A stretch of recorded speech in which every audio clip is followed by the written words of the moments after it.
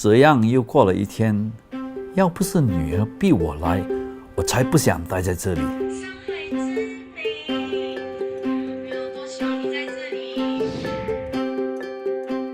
爸，迟到了，快点好吗？爸，哎呀，好了，哎，一大把年纪了，又腰酸背痛，在家里看电视不是更好吗？上海之美，没有多希望你在这里。你就好你在那边好咯，好照顾自己哦。可以去到那么多地方，我只能困在这里。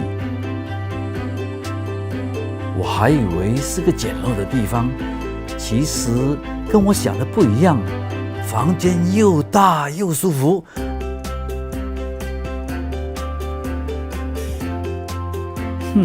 原来他在这里参与法会，看来很宁静，我还是不要打扰他了。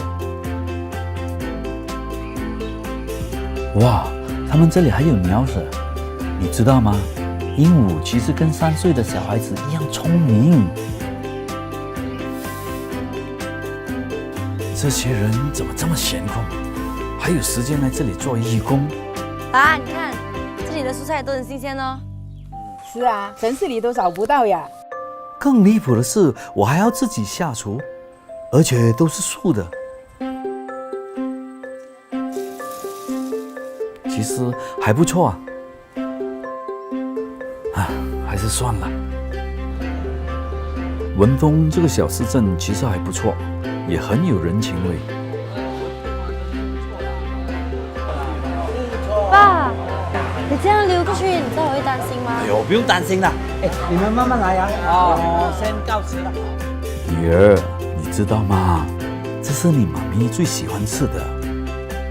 绕了一阵子，我们终于到了文东的温泉。静坐，我宁可泡脚。时间也不早了，我也要上床睡觉了。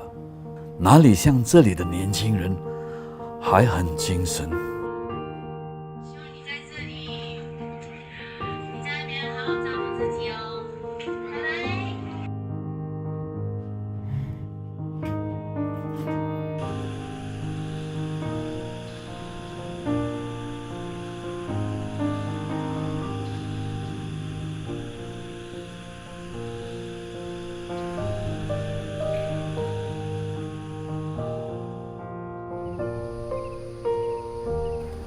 漂亮的早晨，你还记得我们经常度过这样的早晨吗？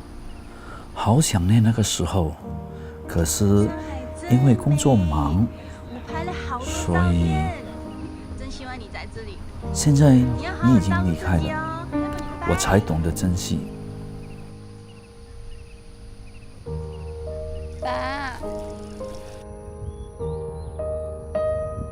至少还有他，可以跟他相依为命。